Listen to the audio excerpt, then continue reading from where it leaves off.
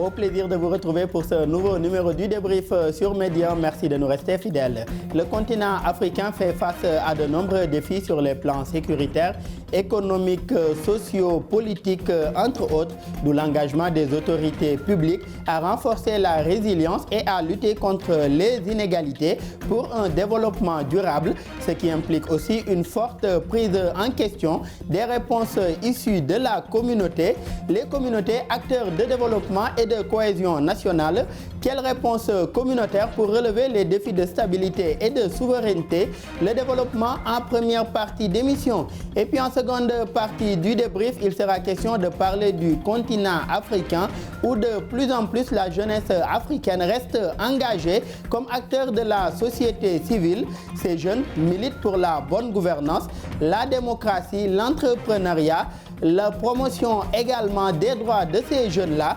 Comment accompagner des initiatives d'éducation et de formation de ces jeunes? Quelle place de la jeunesse pour relever les défis de la démocratie, de la stabilité et de la souveraineté? Le développement en seconde et dernière partie d'émission. Sur ce plateau, pour en parler avec nos invités, M. Abdoukarim Fofana, vous êtes journaliste, directeur de publication du magazine Le Panafricain. Merci d'être là avec nous. Merci Daouda. Merci également à votre co-débatteur, M. Pape Massamba Ndiaye. Vous êtes président exécutif du débat numérique national de la jeunesse. Merci également d'avoir répondu présent à notre invitation. Merci beaucoup à vous, Daouda, et à Karim.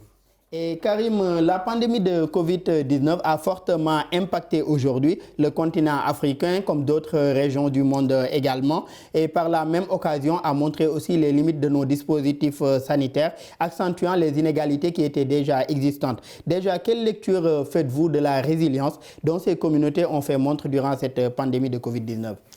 Absolument, vous l'avez dit Daouda, vous avez parlé de la pandémie de Covid-19. Mais avant cette pandémie, il y avait également Ebola qui avait fini de montrer une Afrique plus ou moins résiliente dans la manière un peu de faire face à ces chocs exogènes. Mais il est vrai que quelque part également, on a beaucoup d'autres problèmes au niveau endogène qui constituent véritablement des freins au développement du continent. Et face à cela, les États mettent en œuvre une série de stratégies pour éventuellement y trouver des solutions.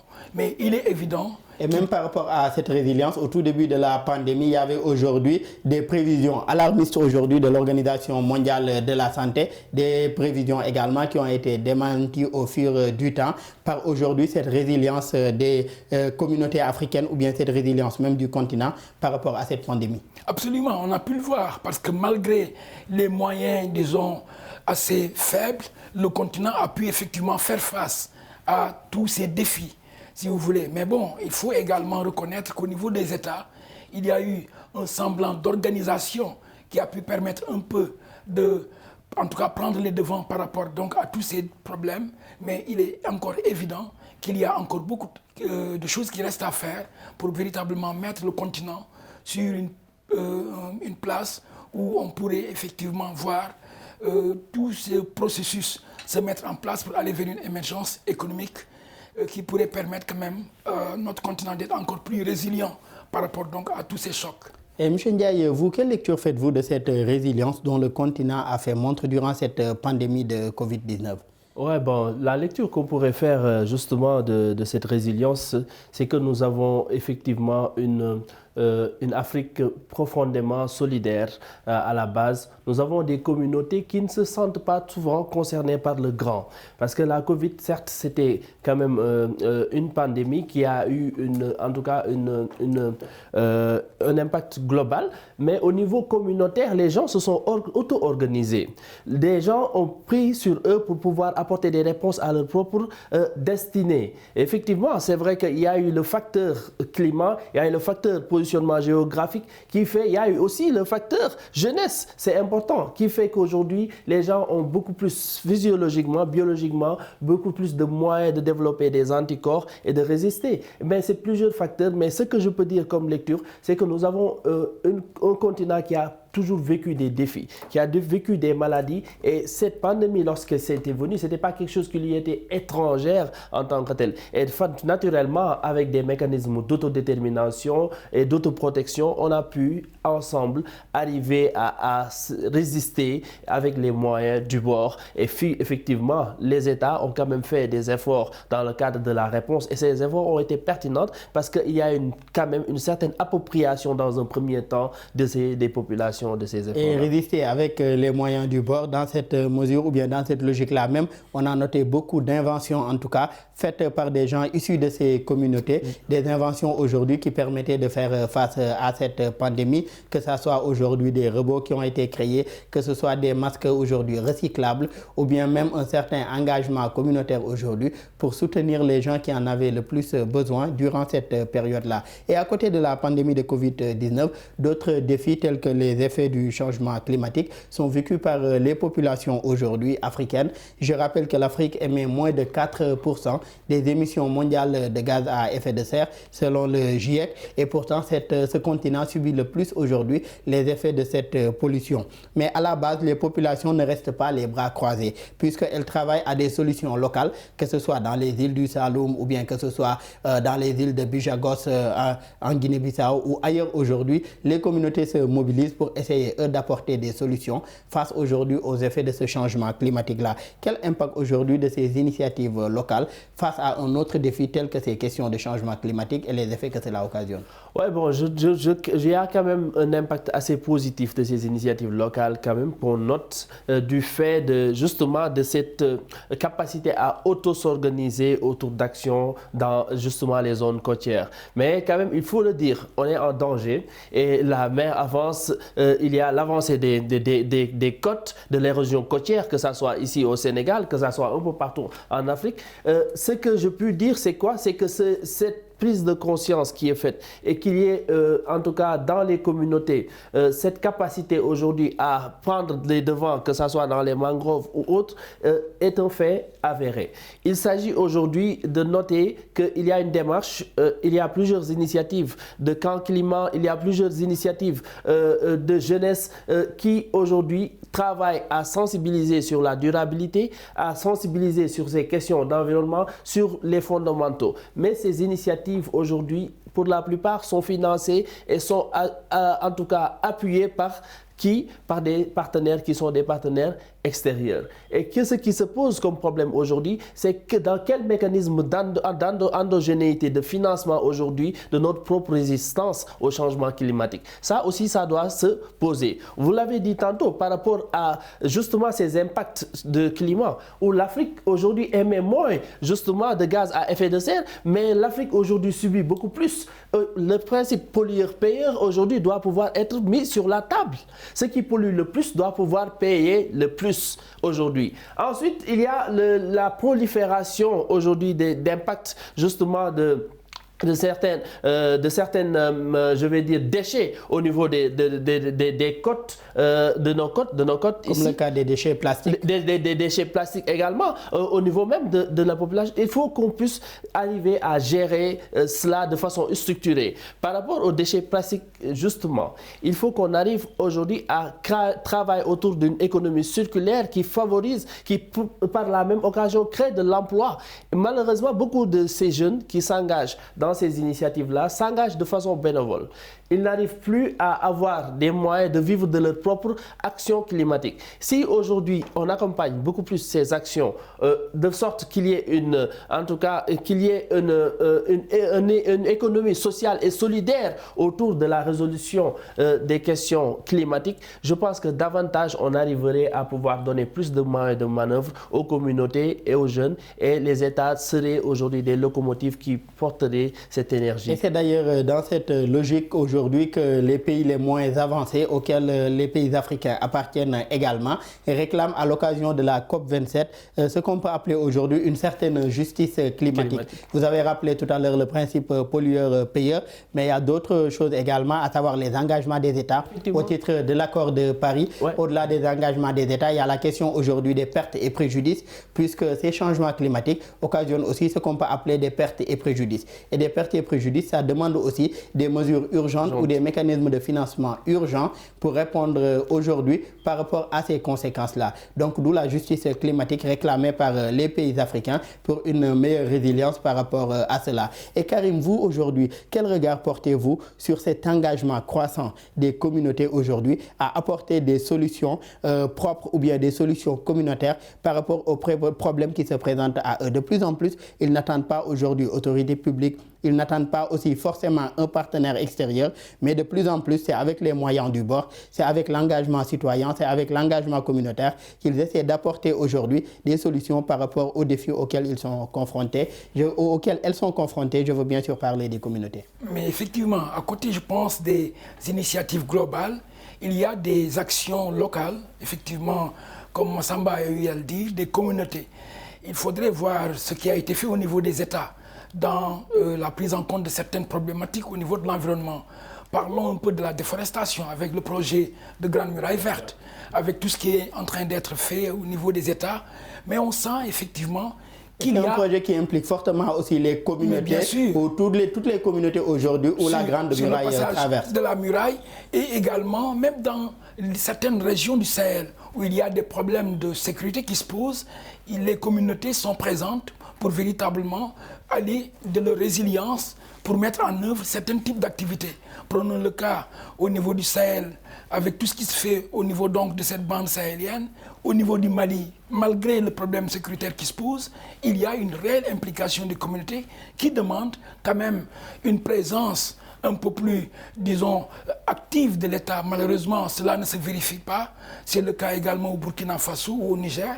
Et cela se comprend parce qu'il y a des enjeux sécuritaires qui empêchent un peu la définition de politique durable. Comment aujourd'hui mieux renforcer la synergie? Puisqu'on voit au niveau des communautés, il y a beaucoup d'actions qui sont menées par différents groupes. Mais comment aujourd'hui renforcer la synergie de toutes ces actions-là qui sont menées à la base pour que cela puisse avoir plus d'impact et pour mieux également pouvoir les accompagner? Ouais, en fait, c'est une question stratégique et de développement. Je pense qu'aujourd'hui, c'est une question de démocratie, mais c'est surtout une question de développement local. L'implémentation des politiques aujourd'hui, de façon systémique, qui viennent d'en haut, doivent être matérialisées en bas. Je pense que si on veut arriver à une cohérence au niveau des communautés, à une synergie des acteurs, c'est au niveau local. C'est dans les différentes collectivités qu'il faut renforcer les moyens. Malheureusement, ce que nous voyons en Afrique, il y a toujours la problématique de la décentralisation qui reste à pousser. Et quand il n'y a pas une très bonne décentralisation avancée, c'est vrai que le problème se pose. Au Sénégal, par exemple, vous prenez, aujourd'hui, la décentralisation est arrivée aujourd'hui à ce qu'on appelle l'acte 3, qui permet justement à ce principe de libre administration et qui consacre par la même occasion le principe de participation citoyenne. Au niveau africain, on l'a dit avec la charte africaine des élections, de la démocratie et de la bonne gouvernance, qui effectivement aussi encourage ce principe au niveau des États. Donc je pense qu'avec la participation citoyenne, des mécanismes de politique publique pris en charge au niveau local, les citoyens ont un cadre d'action et de synergie pour l'implémentation des politiques locales et peuvent aujourd'hui créer une synergie et se prostituer en riposte aujourd'hui face à ces problématiques. Donc je pense que pour y arriver à créer ces synergies, il faut renforcer l'autorité locale, il faut renforcer la démocratie locale, il faut renforcer le cadre de décentralisation et donner plus de moyens aux populations là à travers par exemple les mécanismes de budget participatif qui permet aujourd'hui à ces populations qui ont cette expertise, qui ont une compréhension très holistique de leurs problèmes, de pouvoir eux aussi proposer des projets qui peuvent être financés. Mais comment en arriver à ça aujourd'hui? Oui, pour en arriver, c'est simple. C'est d'abord une question réglementaire. C'est d'abord une question, je vais dire, législative à un moment donné, systémique qu'il faut régler. En plus, une question réglementaire. Et l'autre point qui est le plus important, c'est une question économique, profondément économique.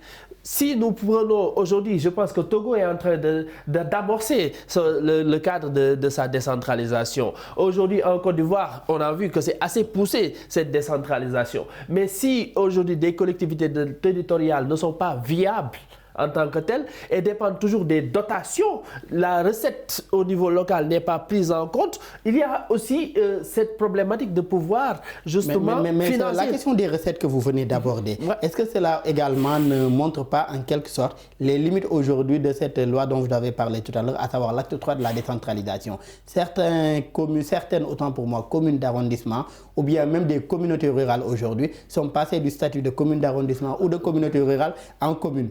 Mais est-ce qu'à l'époque aujourd'hui, les conditions étaient réunies ou bien cette communauté rurale devenue commune bénéficiait de suffisamment de recettes aujourd'hui pour pouvoir financer son développement ou bien financer aujourd'hui les projets de développement de cette localité-là? Oui, c'est une politique. C'est vrai que c'est toujours pas le cas. Il y a des disparités.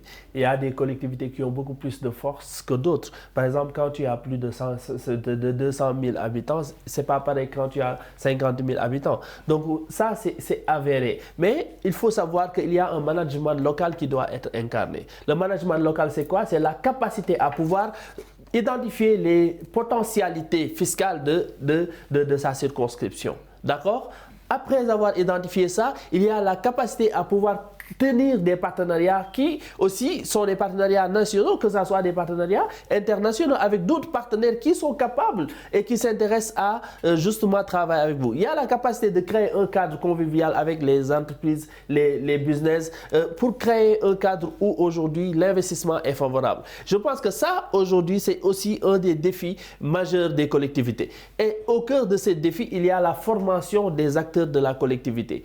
On se trouve aujourd'hui à un niveau où les acteurs qui portent justement ce développement au niveau local ne sont pas suffisamment outillés. Et quand on n'est pas suffisamment outillé, il y a justement ce frein, cet obstacle à pouvoir développer pleinement ses potentialités. Donc tout ça, c'est des questions qu'on peut prendre cas par cas, mais qui au finish doivent pouvoir servir le citoyen. Placer le citoyen au cœur des politiques.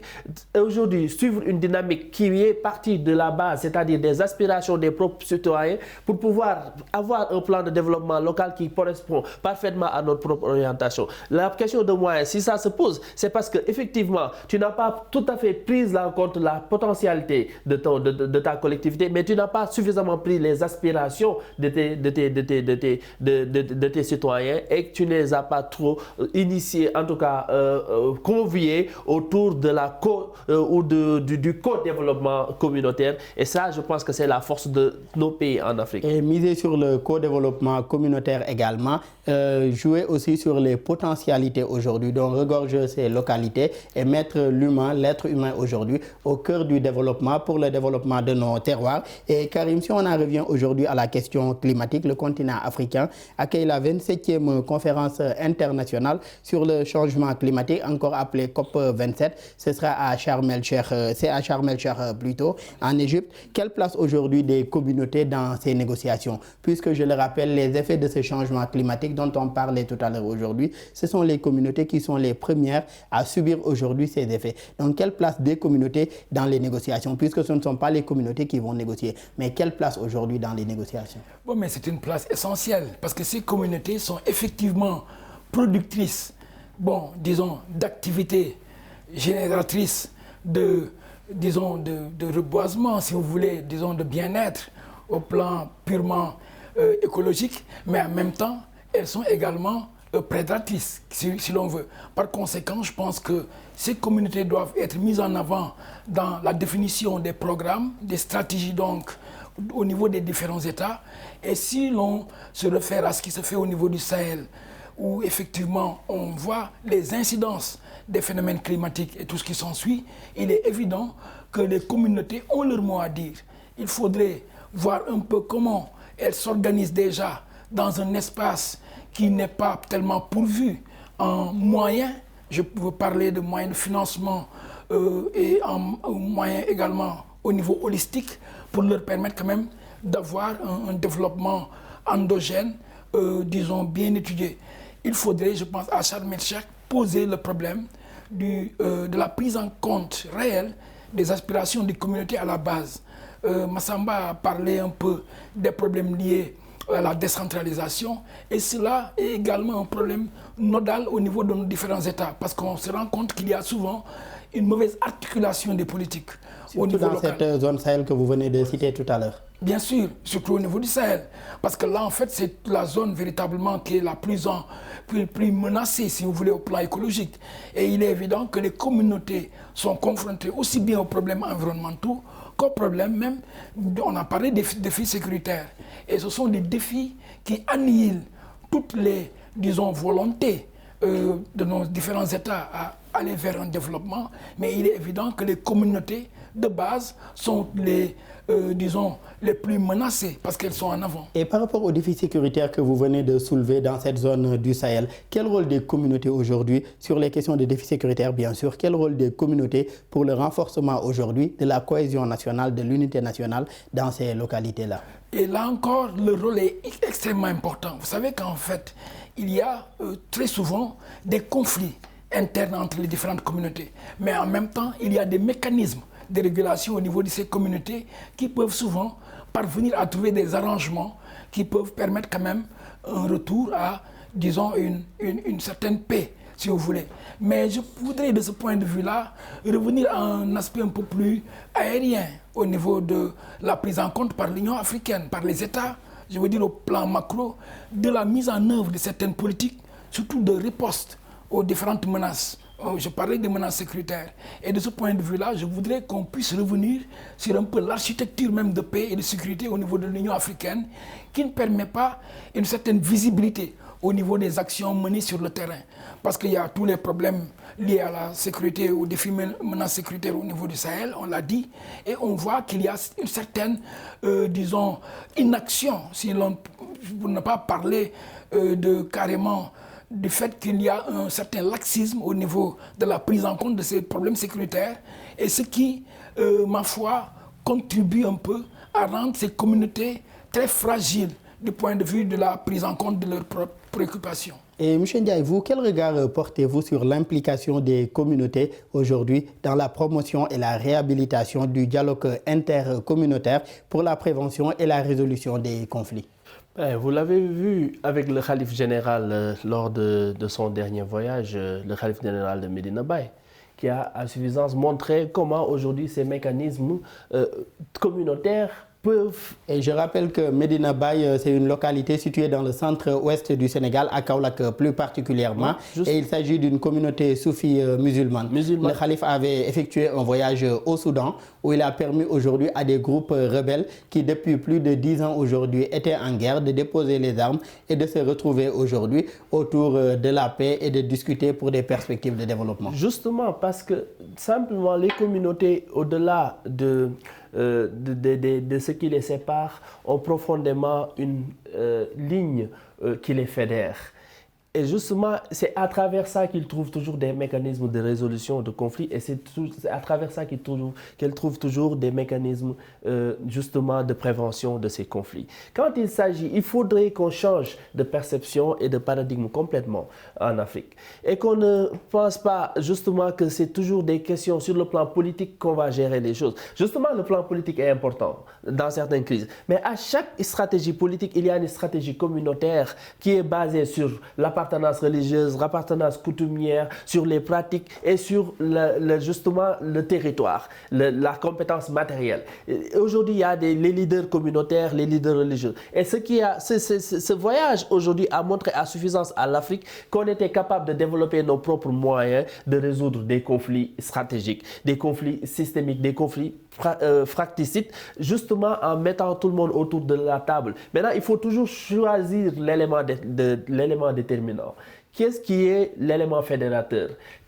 Qu'est-ce qui nous parle à tous? Comment est-ce qu'au-delà de ce qui nous sépare, on peut arriver à trouver un point de convergence? Et c'est sur la base de ça que les communautés s'autorégulent.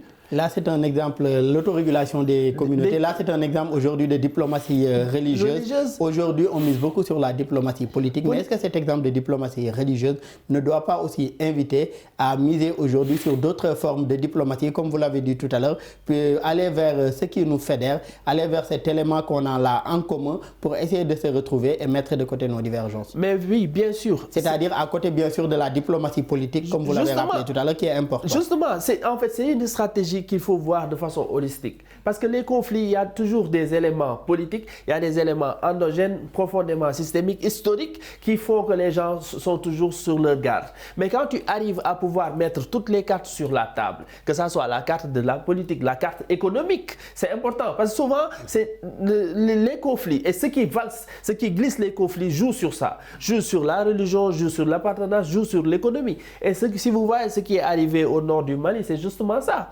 Ce qui est arrivé au Nigeria avec le Boko Haram, c'est effectivement ça. Et c'est toujours les communautés qui protègent justement les terroristes à la base. C'est toujours les communautés qui sont le fil conducteur aujourd'hui, qui alimentent de façon directe ou indirecte les crises qui se passent. Donc quand tu arrives à conscientiser les communautés, à pouvoir arriver à poser les vrais problèmes et à ne pas les prendre justement, parce que souvent l'approche que nous avons... Poser les vrais problèmes, davantage impliquer les communautés, c'est ce qu'on avait vu récemment également au Burkina, avec le coup d'état du capitaine Ibrahim Traoré, où aujourd'hui l'implication des chefs religieux et coutumiers a permis aujourd'hui d'arriver à une stabilité dans le pays et d'arriver à une démission aujourd'hui de l'ex-président de la transition, le lieutenant-colonel Paul-Henri Damiba, à côté aujourd'hui du rôle des communautés. Il sera question dans la seconde partie du débrief de parler également de l'implication ou du rôle des jeunes dans la stabilité ou bien dans la promotion de la stabilité et de la souveraineté.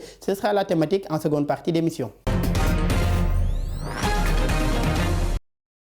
De retour pour la seconde et dernière partie du débrief. Monsieur Pape Massamba Ndiaye, sur le continent, de plus en plus les jeunes sont engagés comme acteurs surtout de la société civile, un engagement qui contribue au renforcement de la citoyenneté et à la préservation de la stabilité également. Selon vous déjà, comment cette jeunesse africaine peut-elle contribuer à la construction de l'état de droit et d'une société démocratique, surtout sur le continent africain? Sur le continent africain, il faut dire que la jeunesse en tant que telle ne va pas contribuer à l'état de droit justement et à la construction de la paix surtout, mais c'est la jeunesse qui fait l'état de droit en tant que tel. Parce que la jeunesse a une proportion aujourd'hui la plus importante en Afrique. On parle de 80 voire 77% de jeunesse sur le continent. Et cette jeunesse est aujourd'hui porteuse de solutions, elle est porteuse d'innovation, elle est porteuse de dynamiques nouvelles, en tout cas vis-à-vis du rapport que nous avions par rapport au développement. Partout en Afrique, on voit des initiatives, que ce soit des initiatives entrepreneuriales, que ce soit des initiatives citoyennes, que ce soit des initiatives communautaires qui sont aujourd'hui portées par les jeunes.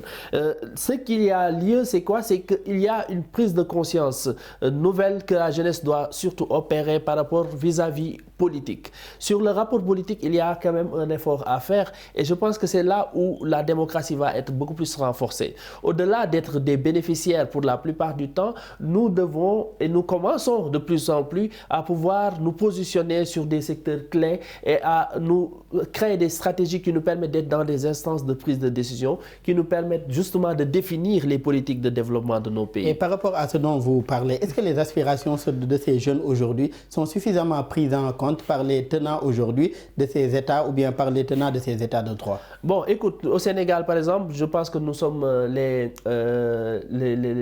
mauvais élèves justement de la charte africaine donc de la jeunesse, qui aujourd'hui pose le principe de pouvoir avoir au moins cette parité intergénérationnelle d'au moins de 30% au regard des de boom démographique. Donc je pense qu'aujourd'hui, les États ne donnent pas trop cette opportunité, mais cette place, nous devons nous arracher cette place.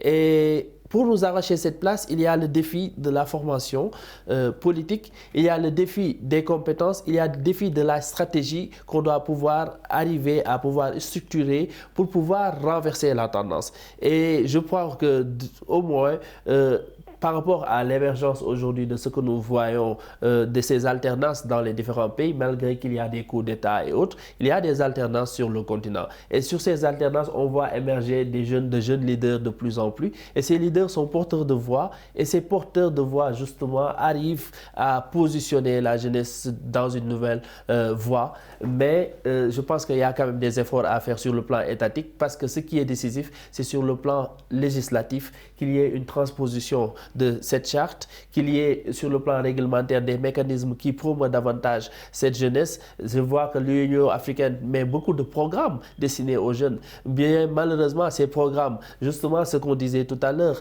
au niveau local, en tout cas, il n'y a pas une grande appropriation de ces programmes. Donc c'est au niveau national. Et tant que ces programmes structurés sur le continent, destinés à la jeunesse, n'arrivent pas au niveau local et bien implémentés, je pense qu'il n'y aura pas cette intégration qui nous permettra d'avoir le développement inclusif dont nous voulons. Et Karim Diakhaté, Pape Massamba le rappelait tout à l'heure, la jeunesse africaine représente aujourd'hui près de 77% de la population du continent, soit près de 400 millions de personnes âgées entre 15 à 35 ans. Et quelle lecture aujourd'hui faites-vous de cette prise de conscience forte et croissante des jeunes en matière surtout de développement et de stabilité? Il l'a rappelé tout à l'heure, les jeunes sont engagés dans des politiques de développement, les jeunes sont engagés aujourd'hui au niveau de l'entrepreneuriat, les jeunes aujourd'hui sont engagés également par rapport à la transparence dans la gestion de leurs ressources publiques et tout. Quelle lecture faites-vous de cet engagement croissant aujourd'hui des jeunes dans ces domaines-là? Effectivement, Daouda, vous savez, pendant très longtemps, beaucoup d'États ont considéré la jeunesse, le poids démographique de la jeunesse comme une menace, ou tout au moins comme un fardeau lourd à porter. Mais il s'est avéré, avec surtout la révolution numérique, que cette jeunesse était plutôt une opportunité. Et on se rend compte effectivement, toutes ces dernières années, que la jeunesse africaine est devenue le fer de lance de l'émergence du continent. Parce que voyez-vous, pratiquement toutes les initiatives qui sont en train de se mener sont portées par des jeunes, même au plan politique. Pape Massamba l'a un peu abordé, on se rend compte que les nouveaux dirigeants actuels sont des jeunes. Prenons le cas de Julius Malema en Afrique du Sud, quelqu'un qui a réussi un peu à véritablement fouetter un peu l'élan, disons, nationaliste de l'Afrique du Sud, à côté de l'ANC. Prenons le cas de succès Masra au Tchad, ou de Ousmane Sonko ici au Sénégal, ou tous les nouveaux dirigeants, ou même les militaires qui sont actuellement au pouvoir dans certains États. Par conséquent, je pense que c'est une force qu'il faudrait, non pas valoriser, mais qu'il faut prendre en compte et qu'il faut également, plus ou moins, non pas manipuler, mais quand même lui accorder la place qui lui sied dans, en tout cas, la formulation des politiques de développement du continent. Et vous l'avez dit, en fait, avec 400 millions de jeunes qui sont quand même aptes à promouvoir, en tout cas, des actions de développement, il est clair que nos États ne peuvent pas se passer de cet apport, disons, de 109 qui va certainement donner au continent un nouveau départ. D'autant plus que dans l'agenda 2063 de l'Union africaine, une place de choix a été accordée à la jeunesse. Maintenant, il revient également à cette jeunesse-là de pouvoir sortir un peu des oripeaux, disons, de ce miroir d'alouette que l'Occident ou en tout cas les autres civilisations nous montrent, pour véritablement, avec nos valeurs africaines, aller au développement endogène qui pourra quand même contribuer à l'émergence. Et comment arriver à accorder cette place? Vous avez parlé tout à l'heure de l'agenda 2063 de l'Union africaine, mais sur le plan national aujourd'hui, comment arriver à accorder cette place ou bien à accorder cette position-là à cette jeunesse qui représente une frange non négligeable de la population nationale ou bien de nos populations nationales? En fait, je pense qu'il ne revient pas aux États, disons, de prévoir des strapontins ou des places à la jeunesse. C'est à la jeunesse d'arracher ce qui lui revient de droit. Parce que véritablement, quand vous représentez, on l'a dit, 77% de la population, je pense qu'en termes, disons, de propositions de programme, il n'y a rien de plus indiqué que les jeunes pour quand même montrer un peu la voie à suivre. D'autant plus que toutes les anciennes politiques ont plus ou moins échoué dans ce cadre-là. Et c'est surtout la force de la jeunesse qui, de mon point de vue, représente le premier, facteur de développement. Sa force, du point de vue démographique, on l'a dit, mais également sa force de réflexion. Parce que beaucoup de projets actuels, beaucoup de choses au niveau de l'entrepreneuriat sont menées par des jeunes. Malheureusement, au niveau institutionnel, les États n'ont pas tellement compris, malgré toute cette floraison de projets, d'agences, comme dans le cas du Sénégal, où il y a beaucoup de structures qui s'activent pour, dit-on, donner à la jeunesse les outils à sa propre promotion. Mais il est évident qu'il appartient aux jeunes d'initier par des actes concrets. On l'a vu, beaucoup de jeunes ingénieurs, des jeunes, disons, savants dans des domaines donnés, ont pu montrer un peu leur talent, des performances réelles qu'il faudrait maintenant plus ou moins amener dans le sens, en tout cas, du développement escompté. Pape Massamba Ndiaye, vous êtes le président exécutif du débat numérique national de la jeunesse. Aujourd'hui, à quoi consiste ce débat numérique? Le débat, justement, c'est ça. C'est comment est-ce que les jeunes arrivent à être force de proposition face aux politiques publiques. Tout à l'heure, Karim le disait, il ne faut plus qu'on attende qu'on nous donne. Il faut qu'on soit aujourd'hui, qu'on ait la capacité de s'organiser, de proposer des stratégies, de proposer des solutions face aux défis qui nous interpellent. Et cette chose ne peut pas se faire dans la confrontation perpétuelle. Nous sommes conscients aujourd'hui qu'il faut une collaboration avec les acteurs de ces politiques publiques pour pouvoir arriver à faire remonter nos aspirations. C'est pour ça que nous avons fait ce débat, pour que l'ensemble de cette énergie créatrice, de ce mouvement aujourd'hui, que ce soit dans l'entrepreneuriat, dans la citoyenneté, dans l'innovation, puisse être aujourd'hui une force pour notre pays et qu'on puisse arriver à se positionner comme en tout cas les vrais artisans de notre devenir. Voici le rôle justement du débat qui permet aujourd'hui d'avoir l'ensemble des parties prenantes jeunesse, mais aussi des autres acteurs pour pouvoir discuter et puis être force de proposition. Et à votre niveau, comment y arriver aujourd'hui? Vous l'avez dit tout à l'heure, vous ne voulez pas juste que la jeunesse se limite aujourd'hui à revendiquer, mais que ce soit également une jeunesse qui soit porteuse de solutions. Qu'en est-il et comment est-ce que vous vous y prenez aujourd'hui pour en arriver à cela? Bon, c'est comment on s'y prend? On s'y prend à travers des débats déjà sur l'ensemble des problématiques qui nous interpellent. D'abord, la citoyenneté qui est l'oxygène du développement, l'économie, l'innovation, mais également justement la recherche, l'indépendance, ces problématiques, l'émigration, mais surtout PSE priorité jeunesse au sens du Sénégal qui est justement les politiques formulées à l'endroit de la jeunesse. On débat sur tout cela, on propose des solutions. Il y a une consultation qui est faite aussi au niveau de tous ceux qui ne peuvent pas participer à ce débat pour pouvoir donner leurs idées également. Il y a un grand manifeste qui s'appelle le Jambar Act et qui a vocation d'être le pacte national de la jeunesse qui est partagé à l'issue de ce débat à l'ensemble des acteurs pour pouvoir également pour donner des propositions, renforcer ce pacte et puis ce pacte sera signé par l'ensemble des organisations qu'on va porter ensemble autour d'un plan d'action. Et ce plan d'action, c'est un plan d'action jeunesse 2060 parce qu'on a une dimension introspective, certes, mais aussi prospective parce qu'en 2060, nous aurons 100 ans en tout cas d'indépendance. Donc, arriver à travailler sur un plan d'action structuré où tout le monde arrive à se positionner et à travailler avec les autres à côté de l'État pour pouvoir justement être une référence en matière de pratique de développement jeunesse au niveau du continent. Et M. Diakhaté, quel regard portez-vous aujourd'hui sur la place qu'occupent les jeunes dans les instances de décision sur le continent africain? Bon, je pense que de plus en plus, il y a effectivement une nette amélioration du quota accordé aux jeunes, si l'on peut dire. On se rend compte que dans beaucoup de pays, on s'arrange pour quand même donner à la jeunesse des places quand même assez représentées, aussi bien au niveau des gouvernements que des parlements. On a pu voir beaucoup de jeunes députés et cela, effectivement, contribue un peu à cette, poussée en avant de cette jeunesse-là. Mais comme je l'ai dit tantôt, c'est à la jeunesse de pouvoir non pas réclamer ou bien peut-être être en situation conflictuelle avec donc les tenants donc du pouvoir un peu partout, mais il appartient à la jeunesse d'imprimer sa marque dans le développement des pays.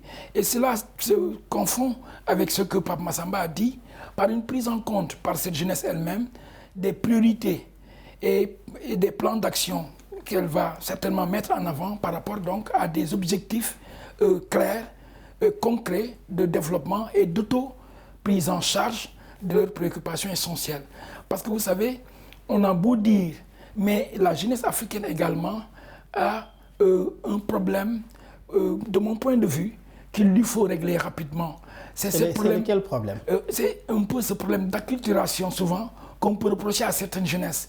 Il y a, c'est vrai, le phénomène de la généralisation de l'accès aux réseaux sociaux et autres, qui fait que très souvent, on a une jeunesse qui est souvent, non pas pervertie, mais qui est souvent un peu divertie par d'autres activités qui, de mon point de vue, ne contribuent pas à son émancipation.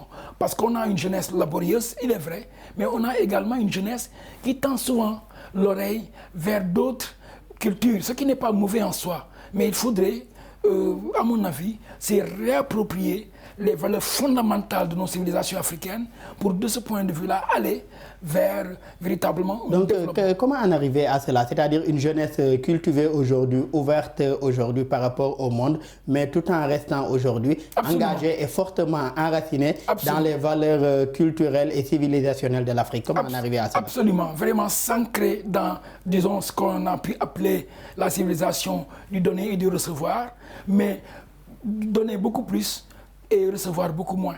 Parce qu'en fait, ce qu'il faut maintenant, c'est une redéfinition de toutes nos politiques. Quelque part, on l'a dit, le bilan est très mitigé par rapport au développement de certains de nos pays. Pendant 60 ans d'indépendance, on n'a pas pu voir un véritable décollage économique. Et de ce point de vue-là, la jeunesse a certainement son mot à dire. Heureusement, depuis quelques années, on ne le répétera jamais assez, il y a des initiatives qui incitent à l'optimisme. Mais bon, c'est un optimisme mesuré, dans la mesure où il y a toujours des points sur lesquels la jeunesse devrait véritablement, en tout cas, être beaucoup plus, disons, à niveau, et ne pas toujours suivre un peu la locomotive d'autres valeurs. Et Papa Massamba Ndiaye, vous avez parlé tout à l'heure du Jambar Act et de cette politique de co-construction dans laquelle vous êtes. Mais comment arriver aujourd'hui à ce que tout cela également soit approprié par les différentes parties prenantes, non seulement aujourd'hui les jeunes, mais les politiques, les acteurs de la société civile, également les acteurs du privé, en tout cas tous les acteurs prenants, toutes les parties prenantes autant pour moi. Comment en arriver à ce qu'eux aussi s'approprient le débat numérique national de la jeunesse du Sénégal? Je voudrais, avant de répondre à ça, justement réagir sur ce que Karim a dit et qui est très important par rapport justement à l'appropriation de notre culture. Vous savez, on a aujourd'hui ce qui est essentiel pour le développement d'un pays, c'est l'éducation, c'est la formation. Quand on crée un pays, quand on a une vision de développement d'un pays, il faut définir cette vision. Et lorsqu'on définit cette vision, il faut se donner l'ensemble des moyens et des stratégies qui nous permettent d'arriver à cette vision. Et le premier pilier aujourd'hui de cette stratégie, c'est l'éducation. Il faut changer les curricula. Il faut changer les curricula, changer l'approche, nous apprendre nous-mêmes qui nous sommes. Parce que c'est là où les choses se passent. Il faut une autre stratégie également. À côté de cette influence justement excessive même des réseaux sociaux, il faut une politique justement de contre-influence, de contre-attaque sur les valeurs culturelles, sur justement qui nous sommes, sur notre devenir, qui nous permet à la jeunesse de pouvoir avoir aussi des références ici et là. Donc ça, c'est aussi des compétences qui sont régaliennes. Dans la définition de notre politique, définir exactement quel est le Sénégal, au sens du Sénégal, ou l'Afrique que nous voulons, quel Africain nous voulons, et travailler à mettre toutes les ressources, les stratégies, les formations, les compétences, définir les curricula et l'agenda par rapport à ça. Et justement, ce Jambar Act, pour revenir à ta question, consiste à ça, consiste justement à définir ce Sénégalais-là que nous voulons, ce Sénégal que nous voulons, mais pas 2-3 personnes le disent, mais prenant compte de l'ensemble de ces aspirations dont tu mentionnais tout à l'heure, de cette jeunesse, qu'est-ce que nous voulons de notre Sénégal? Nous réinventer une citoyenneté nouvelle dans ce monde du 21e siècle, qui est un monde que tu connais, qui est vicar, qui est volatile, qui est incertain, qui est justement complexe, qui est ambigu. Et cette ambiguïté met l'innovation au cœur de tous les process. Et c'est ça qui nous permet aujourd'hui, à travers cette approche de co-construction, qui est l'approche multipartite, de pouvoir mettre toutes les parties prenantes à travers les sensibilités de chaque partie. Comment en arriver à ce que cette approche de co-construction soit appropriée par les différentes parties prenantes? C'est d'abord donner la voix à tout le monde. Pour que l'appropriation, c'est simple. Pour que quelqu'un s'approprie à quelque chose, il faut qu'il se sente écouté et que sa voix soit prise en compte. C'est ce que nous faisons. Chaque parti aujourd'hui, dans sa stratégie, on prend en compte ce qu'il propose. Chaque organisation, chaque jeune qui a participé dans ce processus, ce qu'il dit est pris en compte dans la démarche. Et ça crée une confiance. Et c'est cette confiance que nous sommes en train de créer au fur et à mesure, en posant les débats, en formulant des propositions et en associant tout le monde à la définition de ces propositions. Et justement, il y a aussi un moment culminant qui est le moment de la signature qui va se faire au mois de mars, à partir du mois de mars-juin, pour que tous ceux qui n'ont pas pu participer à à ce processus puissent aussi, eux, venir contribuer à travers leur stratégie pour dire que voici ce que vous avez fait, voici ce que nous proposons pour l'améliorer. Et ensemble, on trouve les consensus sur les secteurs prioritaires, parce qu'il faut toujours avoir des priorités. Et sur ces priorités, tout le monde ne sera pas unanime, mais il faut qu'on ait des consensus. Nous, c'est ces consensus-là qu'on va mettre sur la la table sur le devenir de notre continent d'ici 2060 validé, et il y aura aussi le débat après avec les présidents donc au niveau de 2024 qui seront avec les candidats qui seront retenus, voilà, et avec eux on va discuter de comment ils comptent prendre ça en charge. Mais nous ne nous arrêtons pas là, parce que eux ils ont une formulation politique de nos problèmes que nous proposons. Mais la jeunesse aussi, à travers les cadres, le réseau des Djambar que nous créons, toutes les organisations de jeunes qui adhèrent à ce Djambar Act aussi vont mutualiser leurs forces, leurs ressources pour travailler sur des projets communautaires au niveau national également, pour pouvoir implémenter la vision jeunesse que nous avons. Et M. Diakhaté, il y a une question autant pour moi que Pape Massamba Ndiaye a soulevé tout à l'heure, c'est-à-dire la question de l'éducation et de la formation, la question des curricula. Comment aujourd'hui faire de l'éducation et de la formation aujourd'hui les leviers de formation de ces jeunes ou de renforcement de ces jeunes sur les questions de citoyenneté, sur les questions d'engagement, que ce soit politique ou bien pour la stabilité et la souveraineté de nos États? Mais bien sûr, parce qu'on a pu le voir, beaucoup de nos systèmes éducatifs ne sont plus adaptés aux mutations du moment. Et il est vrai qu'avec la révolution numérique et autres, il est évident qu'il faudrait un nouveau comportement au niveau, en tout cas, du système éducatif. Et de ce point de vue-là, je pense qu'il y a des initiatives intéressantes qui sont menées dans certains pays où on prend on met beaucoup plus l'accent sur l'appropriation, Massamba le disait tout à l'heure, des valeurs donc de civilisation de ce pays-là. Et cela va contribuer un peu à donner, en tout cas aux différents curricula, une nouvelle forme, une nouvelle matrice qui permettra quand même aux apprenants jeunes de pouvoir très tôt, à bas âge, identifier de nouveaux paradigmes et non plus être toujours, comme nous autres, leurs devanciers, être toujours, disons, dans le train en tout cas d'autres civilisations. Par conséquent, ce qu'il faudrait, c'est important. Tout à l'heure, il parlait de consensus fort au niveau de ces jeunes-là.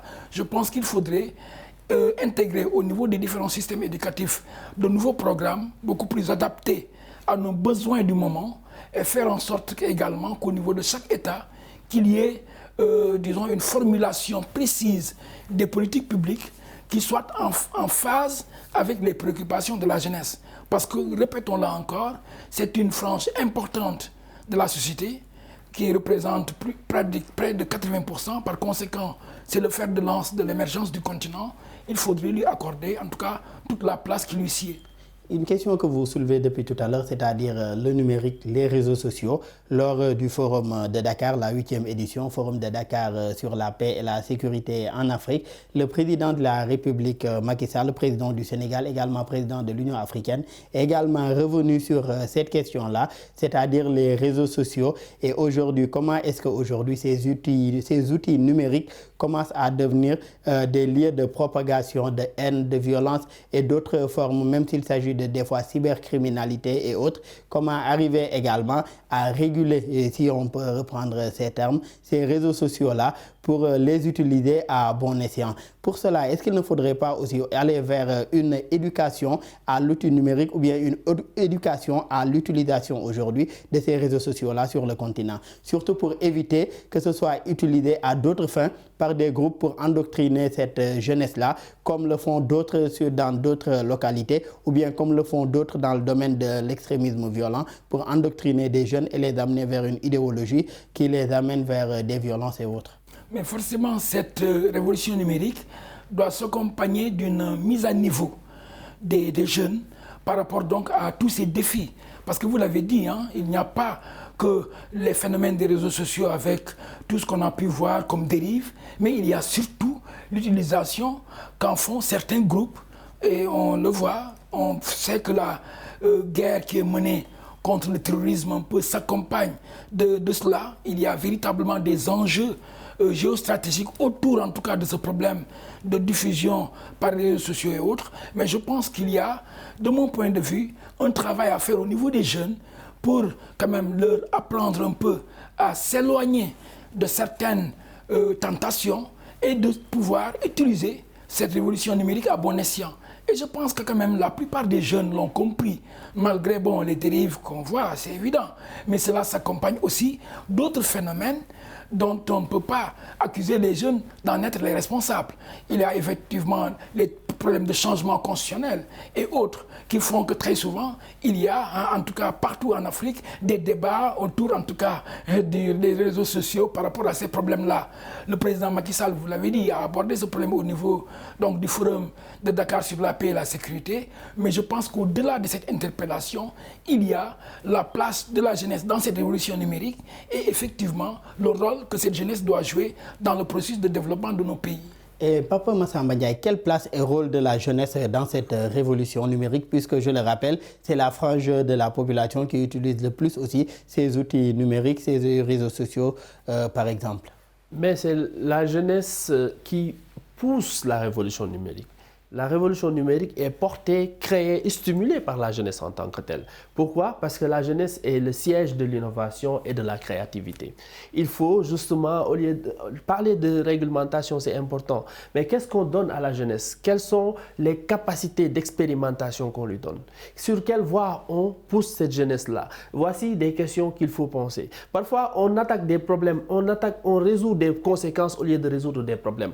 Ce qui fait qu'aujourd'hui, cette jeunesse, il y a une dérive sur des réseaux sociaux. Il y a des vulnérabilités que les gens saisissent. C'est parce qu'à la base, il y a des aspirations qui n'ont pas prises en compte. Sur le numérique, sur la quatrième révolution, notre pays est confronté à énormes défis. Il faut donner aujourd'hui le moyen à cette jeunesse de pouvoir expérimenter sa créativité, comme on a fait au niveau de Silicon Valley. Je pense qu'au Sénégal, quand même, il y a des initiatives qui sont importantes. Le concept de Lion Tech, ce que DER est en train de faire aujourd'hui avec les innovateurs qui sont ici, les scènes des startups. Donc, je pense qu'il y a beaucoup d'innovateurs qui se réunissent, qui se mobilisent, qui portent des solutions porteurs de croissance. Et à côté de ces innovateurs-là aussi, ces outils numériques peuvent être utilisés aussi, je l'ai rappelé tout à l'heure, pour l'endoctrinement ou bien même pour aujourd'hui l'extrémisme violent, amener des jeunes vers un certain extrémisme violent. Comment aujourd'hui ces outils numériques aussi peuvent être utilisés par ces jeunes pour la prévention de l'extrémisme violent? Ces outils numériques justement peuvent être des outils de plaidoyer, déjà, d'abord de sensibilisation, de création de contenu. Et en quoi faisant? C'est simple, sur le plan de l'industrie créative et culturelle, la production de contenu, aujourd'hui on scrolle tout le temps. Il faut, la jeunesse se l'approprie. Il y a aujourd'hui des acteurs, des artistes qui parlent... S'approprier les outils numériques, les utiliser à bon escient. Malheureusement, nous en sommes à la fin de cette émission. Je rappelle que nous recevions M. Pape Massamba Ndiaye. Vous êtes le président exécutif du débat numérique national de la jeunesse. Merci d'avoir été avec nous. Tout le plaisir est pour moi, Daouda. Plaisir partagé, Pape Massamba Ndiaye. Et en face de vous, M. Abdoukarim Diakhaté, journaliste et directeur de publication du magazine Le Panafricain. Un plaisir également d'avoir partagé le plateau une nouvelle fois avec vous, M. Karim Diakhaté. Merci Daouda et merci à Pape Massamba également. Merci également aux collègues de l'équipe technique pour les facilitations et la réalisation de cette émission. Merci à vous tous qui nous suivez. Très bonne suite de programme sur nos antennes.